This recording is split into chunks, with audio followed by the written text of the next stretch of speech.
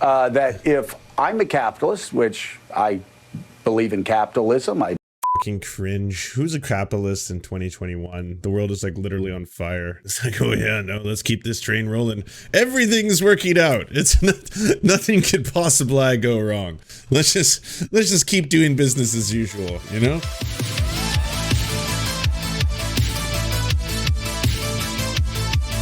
All right, CRT debate. Buckle up. So the Wall Street Journal. So I want to start with you and Eddie both. I think, give me a definition of critical race theory, because it is. How is Chico's eyes? We're taking him to the vet today. I don't know what's up. His eyes, we've been giving him drops for like 3 weeks, but they're still making yellow goo. So we're going to see what's up with that. His balls have totally healed. So the cone could come off. We're not about the eyes. It is confusing to me, and I think other people confuse it. And sometimes it's like this catch-all. Like, for instance, I agree with NEA that our children should learn about slavery. We should learn about the mistakes and the sins that we've made as a country. I still believe in American exceptionalism. But teaching slavery and critical race theory, those aren't the same things, are they? Christopher, you first. Yeah, that's absolutely right. This is one of the biggest kind of misconceptions. You can teach about slavery, discrimination, and racism without using critical race theory. Critical race theory, in simple terms, is an academic discipline that holds that the United States was founded on racism, white supremacy, and patriarchy, and that those forces are still at the root of our society today. Critically, critical race theory reformulates the old Marxist dichotomy of oppressor and oppressed, but it replaces the class categories of bourgeoisie and proletariat with the racial categories of white and black. And if you look at the academic literature, the critical race theorists aren't merely saying we should examine the history of racial inequality or racial injustice. They're saying things that are much deeper. They call into question the 14th Amendment, equal protection under the law. They call into question the First Amendment right to free speech. They oppose capitalism and believe that a system of collectivism must be implemented in order to improve society. It's not a benign philosophy about. As soon as you added that second part, the collectivism part, that's the part where I'm like, you don't understand what you're talking about. Teaching racism. It's a radical philosophy that's rooted in Marxism and is frankly inappropriate as a pedagogical framework for teaching children. So Eddie, why don't you give me your definition of critical race theory, and at least what you've known it to be as you've been in academia for so many years. Sure. Critical race theory emerges within the context of law schools, Joe, in response in particular to the Bakke case, as folk are trying to think about the relationship between race, racism, and American law, right? The rule of law, questions of equal access and due process. So there's this argument that we needed to expand outward, that in order to understand the way race functions within the law, we need to understand these other broader historical, social, and economic realities. And so there's this attempt to think about the U.S. in a very, very complex and nuanced way. And I think it's really important that your opening question actually reveals something. For Christopher, and if I could call you by your first name, you know, you've already stated very explicitly that this is not about the substance of critical race theory. This is about branding. You tweeted it, right? So this is an empty signifier to capture all of these things that so-called are unpopular for Americans. And so part of what I want to suggest, Joe, is not about whether or not we actually get critical race theory right. That's not actually the point that Christopher and his allies are actually engaged in. What we need to be asking is, why are they doing this at this point? Why are they making these arguments at these moments? This guy's corn cobbing in real time. Yeah. So Eddie, though, I have read. I've read pieces that suggest that capitalism is racist. That if I'm a capitalist, which I believe in capitalism, fucking cringe. Who's a capitalist in 2021? The world is like literally on fire. It's like, oh yeah, no, let's keep this train rolling. Everything's working out. It's nothing could possibly go wrong. Let's just keep doing business as usual, you know? Woo! Here we are. Hey, by the way, Jangles, if y'all haven't checked out Jangle Science Lab's amazing channel, you should. He's been doing some great work debating CRT fools. So you should check out some of those. He's good in the debatosphere. I believe in American capitalism. It needs to be reformed. Just like you and I believe that we do have two Americas, and we need to work towards making it one America. But is capitalism, if you... What does that even mean? What we have two Americas, you know, white America and black America, and we need to unite the two Americas into one America. That'll solve all our problems. That's what CRT is, right? You are a capitalist. Does critical race theory suggest that you are racist and that capitalism is racist and we have to move beyond capitalism? Well, it certainly holds, and let me be very clear, I'm not a critical race theory, but it certainly, as under my understanding, with my understanding, it certainly holds the claim that capitalism has its beginnings, right, within the context of the transatlantic slave trade. Not its beginnings, but it actually expands within the context of the transatlantic slave trade. So there is something called racial capitalism that involves, right, the idea that there are certain people who are disposable. And to the extent to which they are disposable because of the color of their skin, it allows for the accumulation of surplus value. So that's a complex argument that is tethered to not just simply critical race theory, but critical legal studies, which is also a feature of American law schools that hasn't somehow, drawn the ire of Christopher Rufo and his allies and those folks. Well, a couple things. I mean, first of all, it's not accurate to say that I'm not concerned about the substance. I've written policy papers, white papers. I've written investigative reports. I'm deeply concerned about the substance. But what I'm concerned about and what millions of parents are really concerned about is things that are happening in hundreds of public schools in Illinois and Chicago, where they're teaching children as young as kindergarten that whiteness is the devil and attempts to lure people into it. That face is everything. Like, this is genuinely what liberals and conservatives think CRT is.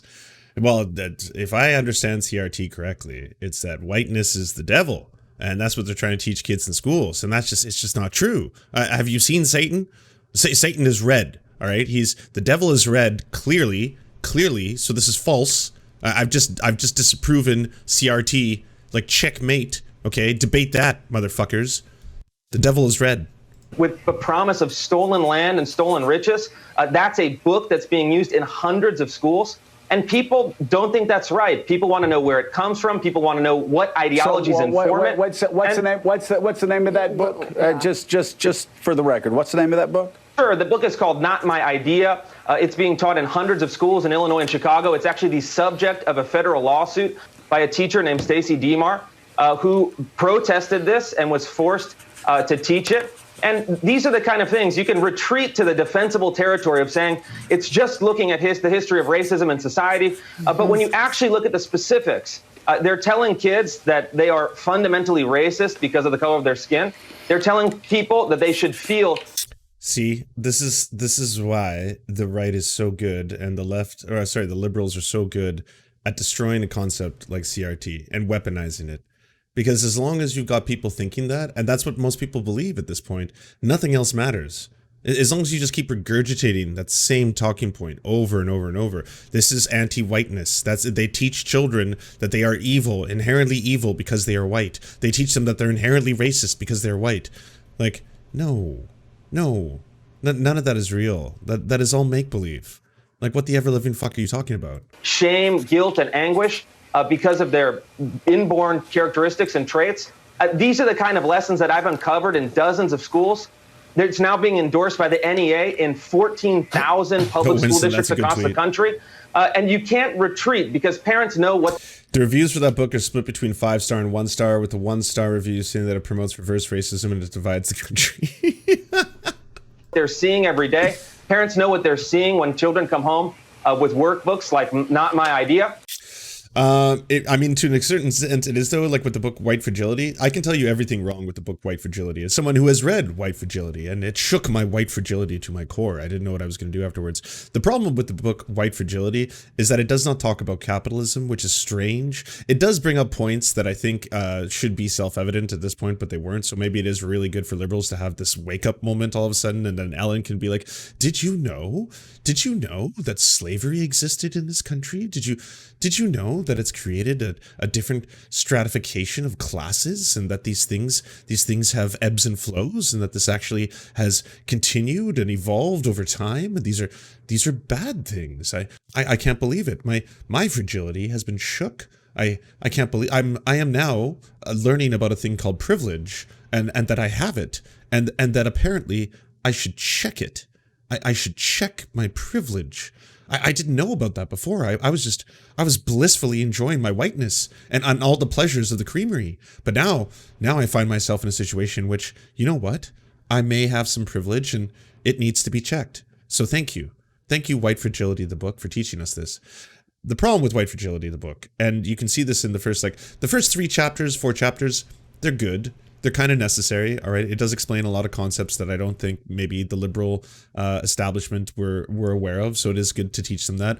But again, you cannot talk about the history of slavery in the United States and completely miss talking about capitalism and how that has structured society. You can't talk about the history of that and then extrapolate that into the future where we have a situation in which there's so many things that have happened historically along the road to civil rights, right?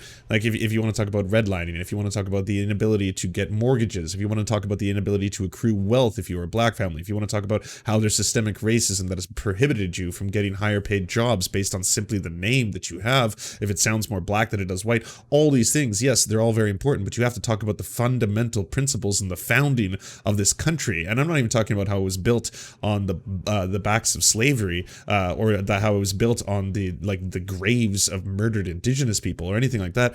But the simple fact being that we have a system in which black people were forcibly brought over to this country. They were forced to pick cotton in the South and to make textiles in the North. And for hundreds of years, that process generated an incredible amount of wealth for the white ruling class. And that was the basis for the white supremacy that exists in this country that has for hundreds of years allowed wealth to transfer to the hands of the very few through a whole bunch more systems that were created time and time and time. That's very, very important. And white fragility misses that mark. And that again is some crucial information. None of this means that if you are white, you are inherently evil. If you are white, you are born racist or anything like racism is taught. Okay, how racist are kids before they're taught by their parents to be racist? Like, have you ever seen Disney? Have you ever seen a Hallmark card? Like, little children, the beautiful little kids, they all just play with each other and hold hands, and everything is magical and bright in a Care Bears film. Like it's a beautiful, splendorous thing. So racism is taught. I can't remember where I'm going with this, but it's very important that we teach these things. And Chico's waking up. Hey, Chico. Chico.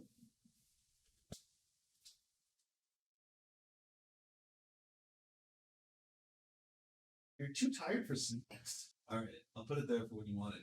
Oh, now you want it. Or do you? Oh. You're so sleepy. I can't believe that dogs sleep for like 16, 17 hours a day. This is why I honorably think every lipstick should read Settlers. It's dead wrong about its conclusions, but it's a phenomenally sourced book looking at the racism in America. Also, another book I would recommend, and I just happen to have it in front of me because I'm rereading it for citations, The Inconvenient Indian by Thomas King. Please read this book. It'll teach you so much about the history of North America and the process therein. Absolutely incredible novel. I would recommend it immensely, as well as The People's History of the United States. The People's History of the United States, probably one of my favorite historical documents on U.S. history. And they're they're rightly and very strongly pushing back. Okay, so Eddie, let me tell you, this is interesting, and it's something that people won't say when they're on the television set. They won't say at polite dinner parties. I'm not sure why they whisper it or text it or email it to me, but liberal members of the mainstream media, Democrats that are huge contributors to the Democratic Party, and even people that like work for Democrats. I've heard over the past 3 or 4 years, I've got to get my kid out of this private school. They're teaching my 7-year-old boy that because he's white, he's, a racist, he's part of the problem, et cetera, et cetera. I don't know if you've heard the same thing. I've heard the same thing. And again, it's anecdotal, but it sure does seem to match with more and more stories that are going out there. How do we sort through all of this and make sure that we don't throw out teaching about slavery and teaching about racism over the past 400 years, that we don't throw that out with a war against critical race theory and its extremes? Right. We're going to make mistakes. They're going to be extremes. They're going to be moments of overreach. I grant that. But part of what we have to do in this moment, Joe, and we've talked about this, is to confront the ugliness of who we are. And part of what I hear in these sorts of arguments is this sense in which that confrontation must be one where we're comfortable, where we feel good about who we are after we confront it. So in some ways, I'm scooting up in my chair, Joe, because I'm getting upset. Because we're seeing right now in real time a reassertion of the lie. The very thing that keeps us from becoming a different America, because we don't want to accept who we are. But a reassertion though of what lie? I can believe in two Americas. I can believe that 1776 and 1619 can be merged together, that you can believe two things at once. I could disagree with critical race theory, but still believe what you and I have talked about, that we have a long way to go to being a just 1619 country, 1492, the way that the founding document said we were going to be. Do I have to choose one or the other? No. So part of what I'm thinking is that if once you concede the initial claim that America in some ways comes into being in light of this extraordinarily painful reality, the contradiction that is at the heart of our beginnings. Once you concede that, the way in which you begin to think about American exceptionalism shifts, right? Because it's not this idea that we are wholly innocent, that we're absolved of our sins, that recognizing who we are somehow condemns us to hell, as it were, that we're being bludgeoned by our sins and made to feel guilty. That's not what we're saying at all. But we're saying that you have to... Yeah, like... here's a very quick primer for everybody, okay? And this one is going to probably get me in trouble, so get your fingers on the pulse, get ready for those clips. White people are not inherently evil. White people are not inherently bad. None of that is true. Critical race theory does not teach this. And if it did teach it, it would be wrong. But it does not, so we don't have to worry about that, okay? Nobody is inherently evil. No one is. Guess what? Race is a social construct. We made it up. Human beings made it. It doesn't exist. It's not a real thing. We're very simple little lizard brains, and based on the way that we perceive reality, based on the way that light refracts off objects, we flip it around in our eyes, we process it in our minds, we group things together based on colorization. It's a simple thing. It's an evolutionary trait, and we did that for people. So it was very simple for us to be like, well, all white people are a monolith. All black people are a monolith. All indigenous people are a monolith. None of that is true. It's all made up. That's the beautiful thing about all this. None of it is made up. But because we live in a society, TM, part of that means that as a society, we have created these class stratifications. We judge people based on the way they look, even though we shouldn't, but we do. So we should recognize that. That is the important lesson on all this, all right? You don't have to feel guilty if you're a white person just for being white. You're not a bad person for being white. No one is a bad person for who they are or how they were born. That is made up racist nonsense. Do not believe that for a second. You just have to recognize the way society works, because you will be treated differently if you leave your house and you are black than if you leave your house and you are white. You will be treated differently by the police system, by the hiring, by the banks, everything. It's just a separate system of classification. So that is the truth. That there it is. All right. But you are not evil. No one is. No one is inherently bad. great, like, good news. Good news, everyone. Confronted in order to release us into a different future. I want to say this really quickly. This sort of argument is happening right now, and I want us to link it to January 6th. I want us to link it to the... He would be right if that's what he was implying. I don't think that's what he's implying. He's kind of like, I think you're doing a lot of heavy lifting for Joe Scarborough here. He's talking about 1776. Attack on voting rights. This is, in effect, in my view, Joe, an attempt to arrest substantive change in the country. And we give these folk the credit that they're making the arguments in good faith. And I don't think they are. They're not. And I'll say it to Christopher right to his face. I don't think this is a good faith argument. Period. Okay, so I think this is why it's good we're having this conversation. And I'm going to ask you, too, if we can continue having this conversation, if that's okay, and the days and weeks ahead. My concern, just bluntly, Eddie.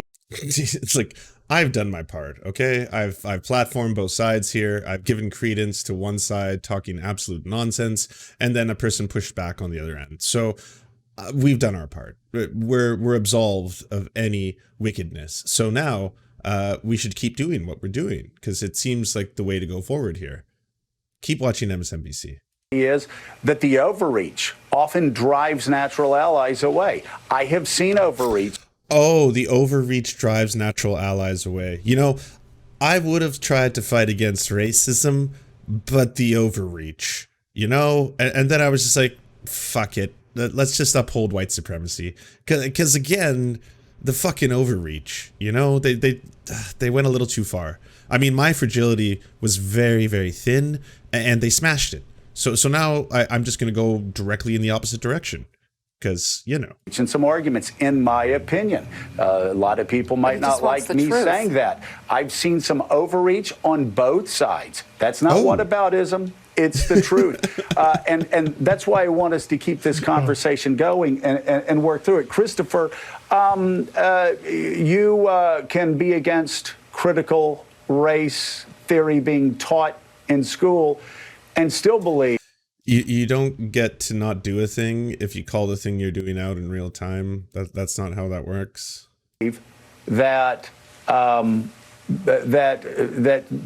we've had slavery for or that black Americans have been oppressed one way or the other for four. I don't want to get this number wrong, but 2, 3, a long time. There was a lot of slavery. It was bad. Can I say? Am I allowed to say it was? I think it was a bad thing. Come on. 100 years, that we have a long way to go, that we are a nation that has slavery as its original sin. Are those two thoughts not? That wasn't the original sin. The original sin was the thousands, if not millions, of bodies of indigenous people. God damn it. What the fuck? Can they not exist side by side? Do you not believe that America has the sin of racism and has for 400 years, and we need to keep working to get past that? Of course, yeah. I think you'd be hard-pressed. Do I condemn slavery and native genocide? Oof. Well, I don't want to isolate, you know, the genocide denier section of my audience here and the pro-slavery, you know, section of my audience, but I guess, yes, I emphatically condemn both. I'm going to be brave here, okay? It's a day of Lance being brave today. This is going to be a day of Lance's bravery, and I mean, come on. This is just going to have to be my cross to bear. I'm going to say indigenous genocide was bad and slavery was bad. I know. To find anyone in the country who doesn't believe that. I think that's obvious. But again, that's just the premise of critical race theory. The premise is that America has a history of racial injustice, racism, inequality, slavery, etc., which is absolutely incontrovertibly true. But the critical race theorist's conclusion that we should abandon equal protection under the law, we should abandon free speech, we should abandon the system of capitalism, which I've documented and cited and sourced, whether Eddie likes it or not, is something that we should reject and something that we should not be promoting in schools. And the NEA says it in very plain language. They say we need to reject the system of capitalism as a form of oppression. We need to even reject anthropocentrism, the idea that human beings are the most important thing in our lives. They've taken on all of the most radical hard left ideologies. Now they're institutionalizing them, promoting them in all 50 states. And I'm making an absolute good faith argument, good faith disagreement with my folks and counterparts on the left. But you have to wake up. This is not just conservatives and Republicans. In fact, the greatest opponents of critical race theory in education are liberal, center-left liberals in places like San Francisco, Los Angeles, and New York City, hardly bastions of conservatism, and also racial minorities. Why are you giving him the last word on this matter? That, like, yes, okay, this is not centrism, this is not both sides, this is not whataboutism. Trust me, okay? I called it out effectively. And now, the final word to you, sir. Can you talk about anthropocentrism? Particularly Asian Americans who've lobbied against it in schools all over this country. It's not a typical black-white issue. That's not the division here. It's simply among different groups of people that disagree on this philosophy. Eddie, we have to go, but I want to give you the last word. Oh, I'm sure you nice. can sum this entire debate up in 15 Eddie, smash seconds him. in good faith. Go. In good faith, 15 Joe, seconds? What, that's it? That's it? Oh man, it's not a lot of time. God damn. I think in order for us to imagine ourselves differently, we're going to have to confront honestly who we are, what we've done. And that's going to require discomfort. We're going to make some mistakes on the way, but we have to do it. We have to grow up, Joe. We have to grow up as a nation. Yeah, you kids, grow up. Come fucking see me. Bring whoever.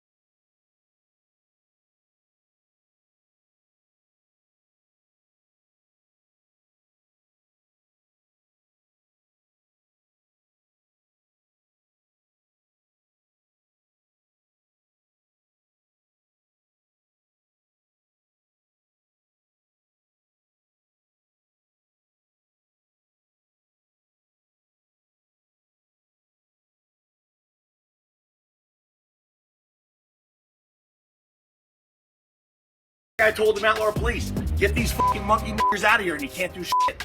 That's me talking shit. Holy shit. Holy shit. Damn.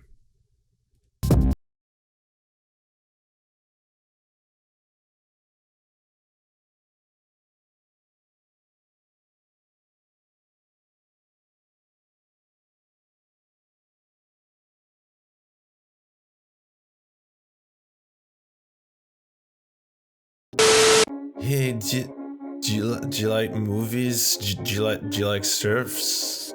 Do you want movies and Serfs watching the movies? So then come over to the new channels. It's the Serfs Cinema. Thanks so much for watching, everybody. Can you do the thing, you know, that thumbs up and comment and all those things that help us out in the algorithm that controls every aspect of our lives? Also, if you happen to have a Facebook account, can you delete it?